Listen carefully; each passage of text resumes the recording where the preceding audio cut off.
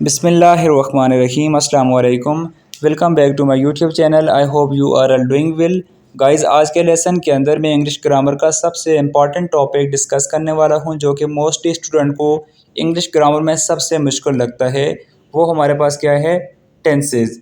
और आज की क्लास के अंदर मैं फ़र्स्ट टेंस को डिस्कस करूंगा डिटेल के अंदर विद सेंटेंसेस के साथ। इसकी पहचान बताऊंगा और कौन सा सब्जेक्ट कहाँ पे यूज़ होता है, सारा कुछ मैं आपको इस लेसन के अंदर बताऊंगा। मुझे उम्मीद है कि आज का लेसन देखने के बाद आपको इंग्लिश ग्रामर में टेंसेस से रिलेटेड कभी भी कोई प्रॉब्लम नहीं होगी। तो सबसे पहले हम स्टार्ट करते हैं प्रेजेंट एंड डेफिनेट की पहचान से, कि प्रेजेंट एंड डेफिनेट की पहचान क्या है। तो याद रखें कि हर उर्दू जुमले के आखिर में ता है, ती है और ते हैं वगैरह आता है। प्रेजेंट इंडेफिनिट टेंस के हर जुमले के आखिर में ता है, ती है और ते हैं वगैरह आता है। ये आगे पहचान। अब इम्पॉर्टेंट बात सेकंड आपने क्या याद रखनी है कि हमारे पास जो भी टेंसेस हैं इनके अंदर हम 3 टाइप के सेंटेंसेस को बनाते हैं। फर्स्ट आता है पॉजिटिव, और सेकंड आता है नेगेटिव, और थर्ड हमारे पास आता है इंटरोगेटिव। एक होता है मिस्बत जुमले, दूसरा आता है मनफी जुमले, और तीसरा हमारे पास आते हैं सवालिया जुमले। तो एग्जांपल यहाँ पे जैसे लिखी हुई है आप देख लें। फर्स्ट हमारे पास पॉजिटिव की एग्जांपल है, वो सेब खाता है। तो देखें यहाँ पर भी उर्दू जुमले के आखिर में यहाँ पर ता है आया है। और सेकंड क्या है? वो सेब नहीं खाता, ये हमारे पास नेगेटिव है। और थर्ड हमारे पास एग्जांपल है इंटरोगेटिव की, क्या वो सेब खाता है, ये हमारे पास एक सवाल है। तो आपने इंग्लिश में ट्रांसलेट कैसे करना है ये मैं आगे आपको बताता हूँ स्ट्रक्चर के साथ साथ। तो अब चलिए बिना टाइम वेस्ट के हम अपने आज के लेसन का आगाज़ करते हैं। सबसे पहले मैं डिस्कस करूँगा पॉजिटिव सेंटेंसेस को। पॉजिटिव सेंटेंसेस कहा जाता है मुस्बत जुमलों को। तो पॉजिटिव सेंटेंसेस के लिए सबसे पहले हम देखेंगे सेंटेंस का स्ट्रक्चर क्या है, कि हमने जो उर्दू जुमला है उसको इंग्लिश में किस स्ट्रक्चर के तहत ट्रांसलेट करना है। तो आपने सबसे पहले ये बात याद रखनी है, जो हमारे पास प्रेजेंट इंडेफिनिट का पॉजिटिव सेंटेंस होगा वो 3 चीज़ों पर मुश्तमिल होगा। एक सेंटेंस कितनी चीज़ों पर मुश्तमिल होगा? 3 चीज़ों पर। Subject, first form of verb और ऑब्जेक्ट। अब देखें सब्जेक्ट क्या है? सब्जेक्ट कहते हैं डूअर ऑफ द एक्शन, जो काम करने वाला होता है वो सब्जेक्ट होता है। और V1 कहा जाता है मेन वर्ब को, यानी कि फर्स्ट फॉर्म ऑफ वर्ब का इस्तेमाल होगा। और वर्ब कहते हैं एक्शन को, मींस कि जो भी एक्शन किया जा रहा है वो हमारे पास वर्ब होगी। और ऑब्जेक्ट कहा जाता है जिस पर काम किया जाता है। अब हमारे पास जैसे कि एक एग्जांपल है, इससे समझें, वो किताबें पढ़ती है। अब यहाँ पर हमारे पास मैंने कहा था कि उर्दू जुमले के आखिर में पहचान क्या होगी? ता है, ती है, ते हैं, या फिर ता हूँ। तो यहाँ पर क्या है? ती है।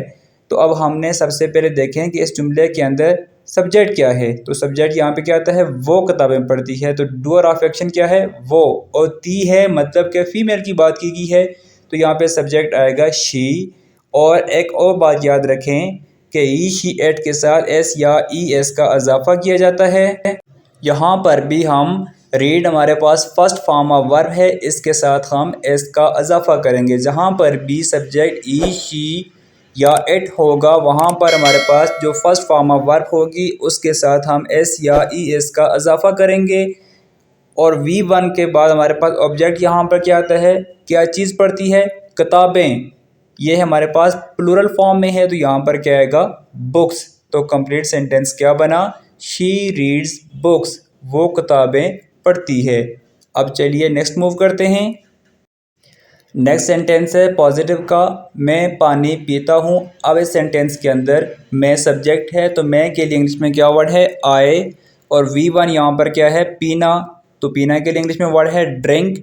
और ऑब्जेक्ट यहाँ पर क्या है? पानी। मैं पानी पीता हूँ, तो पानी के लिए इंग्लिश में क्या वर्ड है? वाटर। तो कंप्लीट सेंटेंस बना आई ड्रिंक वाटर, मैं पानी पीता हूँ। नेक्स्ट पॉजिटिव का ही एक सेंटेंस है, हम फिल्में देखते हैं। अब यहाँ पर सब्जेक्ट है हम के लिए इंग्लिश में वर्ड है वी। और यहाँ पर देखते को इंग्लिश में क्या कहा जाता है? वॉच, जो कि हमारे पास एक V1 first form of verb है। और ऑब्जेक्ट यहाँ पर क्या आता है, फिल्में। फिल्में के लिए इंग्लिश में क्या वर्ड है, मूवीज़। तो कंप्लीट सेंटेंस बना वी वॉच मूवीज़, हम फिल्में देखते हैं। नेक्स्ट सेंटेंस है तुम खतूत लिखते हो। खत की जमा है खतूत, तुम खतूत लिखते हो। यहाँ पर सब्जेक्ट क्या है, तुम। तो तुम के लिए इंग्लिश में क्या वर्ड है, यू। और वी वन यहाँ पर क्या है, लिखना, राइट। ऑब्जेक्ट यहाँ पर क्या आता है, लेटर्स। प्लूरल है क्योंकि खतूत आते हैं, तो कंप्लीट सेंटेंस बना यू राइट लेटर्स, तुम खतूत लिखते हो। नेक्स्ट सेंटेंस देखें, कुत्ता बिल्लियों का पीछा करता है। तो यहाँ पर क्या है, सब्जेक्ट कुत्ता, तो कुत्ता के लिए क्या होगा, द डॉग। और पीछा करने को इंग्लिश में कहते हैं चेज, जो कि फर्स्ट फॉर्म ऑफ वर्ब है। और ऑब्जेक्ट यहाँ पर क्या है, बिल्लियों, cats. The dog chase cats, कुत्ता बिल्लियों का पीछा करता है। ये लास्ट सेंटेंस है पॉजिटिव का, इसके बाद नेगेटिव की तरफ बढ़ेंगे। तो ये सेंटेंस देख लें, वो अंग्रेज़ी पढ़ाती है। तो यहाँ पर क्या है, सब्जेक्ट शी टीचेज इंग्लिश, वो अंग्रेज़ी पढ़ाती है। टीच के साथ ई एस का इजाफा इसलिए किया गया क्योंकि ई शी इट के साथ जो मेन वर्ब होगी उसके साथ एस या ई एस का इजाफा किया जाता है। अब चलते हैं नेगेटिव की तरफ। अब हम देखेंगे कुछ नेगेटिव सेंटेंसेस को। सबसे पहले हम नेगेटिव सेंटेंसेस का स्ट्रक्चर देखते हैं। तो नेगेटिव सेंटेंस के स्ट्रक्चर में सबसे पहले आएगा सब्जेक्ट। सब्जेक्ट कहते हैं काम करने वाले को। सब्जेक्ट के बाद आएगा डू नॉट या डज नॉट, देन आएगा वी वन, और लास्ट में क्या आएगा, ऑब्जेक्ट। अब आपने एक बात और याद रखनी है कि हर सब्जेक्ट के साथ डू नॉट या डज नॉट नहीं आएगा। कुछ सब्जेक्ट के साथ डू नॉट आएगा और कुछ सब्जेक्ट के साथ डज नॉट आएगा। सब्जेक्ट जैसे कि हमारे पास आई वी यू दे या प्लूरल नाउन हैं, तो इनके साथ आएगा डू नॉट। और जो हमारे पास सब्जेक्ट बच जाते हैं ही शी इट, उनके साथ आएगा डज नॉट। तो आई होप कि आपको ये चीज़ क्लियर होगी।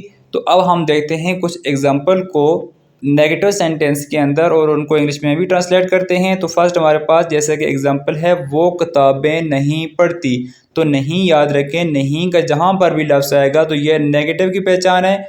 तो सबसे पहले हम सब्जेक्ट देखेंगे। तो सब्जेक्ट यहाँ पर क्या आता है, वो के लिए इंग्लिश में वर्ड है शी, देन आएगा डज नॉट रीड बुक्स। जैसा कि मैंने आपसे कहा कि ई शी इट के साथ डज नॉट आएगा, तो यहाँ पर भी हमारे पास शी के साथ डज नॉट आया है। तो कंप्लीट सेंटेंस बना she does not read books, वो किताबें नहीं पढ़ती। वो फुटबॉल नहीं खेलते। एक से ज़्यादा लोग हैं तो इनके लिए आएगा they do not play football, वो फुटबॉल नहीं खेलते। नेक्स्ट सेंटेंस है, मैं पानी नहीं पीता। आई do not drink water. Not को आपने कहाँ पे ऐड करना है, डू या डज के बाद मेन वर्ब से पहले आपने सिर्फ नॉट को पुट करना होता है। तो I do not drink water, मैं पानी नहीं पीता। हम फिल्में नहीं देखते। We do not watch movies, we do not watch movies, हम फिल्में नहीं देखते। वो गाने नहीं गाती। She does not sing songs, she does not sing songs, वो गाने नहीं गाती। अब हम देखते हैं कुछ इंटरोगेटिव सेंटेंसेस को एग्जांपल के साथ। इंटरोगेटिव सेंटेंसेस के लिए सबसे पहले आप स्ट्रक्चर को समझें। स्ट्रक्चर में हमारे पास डू और डज हम जो सब्जेक्ट के बाद यूज़ करते थे वो आपने सिंपल सब्जेक्ट से पहले यूज़ करना है। जिन सब्जेक्ट का मैंने आपको बताया है कि डू इस्तेमाल होगा उनके साथ आपने डू यूज़ करना है, और जिन सब्जेक्ट का मैंने आपको कहा कि इनके साथ डज यूज़ होगा तो आपने डज का ही यूज़ करना है। तो सबसे पहले क्या आएगा, डू या डज, फिर आएगा सब्जेक्ट, फिर आएगा वी वन और लास्ट में आएगा ऑब्जेक्ट। तो अब हम कुछ एग्जांपल देखते हैं, जैसे कि है क्या वो किताबें पढ़ती है। ये हमारे पास एक सवाल है प्रेजेंट इंडेफिनिट के अंदर। तो क्या वो किताबें पढ़ती है मींस के यहाँ पर लड़की की बात की गई है। तो सब्जेक्ट यहाँ पे शी है, तो शी के साथ आता है डज। डज के बाद यहाँ पे सब्जेक्ट क्या है, शी, तो शी आएगा। वी वन यहाँ पे रीड है और ऑब्जेक्ट यहाँ पे बुक्स है। तो कंप्लीट सेंटेंस बना डज शी रीड बुक्स, क्या वो किताबें पढ़ती है। नेक्स्ट मूव करते हैं।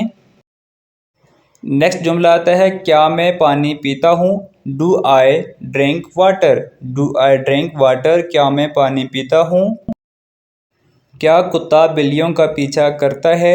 Do the dog chase cats, do the dog chase cats, क्या कुत्ता बिल्लियों का पीछा करता है। हमने जो पॉजिटिव, नेगेटिव और इंटरोगेटिव सेंटेंसेस देखे उन्हीं में से एक एग्जांपल मैंने आपके लिए छोड़ी है ये आपका टास्क है। आपने इन सेंटेंसेस को जो स्ट्रक्चर मैंने आपको लिखवाए हैं इन्हीं के मुताबिक इंग्लिश में ट्रांसलेट करके अपना आंसर कमेंट बॉक्स में ज़रूर सेंड करना है। तो सेंटेंसेस क्या हैं? आयशा अपना वक्त ज़ाया करती है, ये पॉजिटिव है। आयशा अपना वक्त ज़ाया नहीं करती, ये नेगेटिव है। क्या आयशा अपना वक्त ज़ाया करती है, ये इंटरोगेटिव है। ये 3 सेंटेंसेस हैं, इनको ट्रांसलेट करके अपना आंसर कमेंट बॉक्स में बताएं। आई होप कि आज का लेसन आपकी समझ में आ गया होगा। अगर फिर भी इस लेसन से रिलेटेड आपका कोई भी क्वेश्चन है तो आप कमेंट बॉक्स में ज़रूर सेंड कीजिए। प्रेजेंट इंडेफिनिट अगर आपको समझ में आ गया है तो वीडियो को ज़रूर लाइक कीजिए, साथ अपने दोस्तों के साथ शेयर कीजिए और मज़ीद वीडियो को देखने के लिए हमारे चैनल को ज़रूर सब्सक्राइब कीजिए। थैंक्स फॉर वॉचिंग एंड अल्लाह हाफिज़।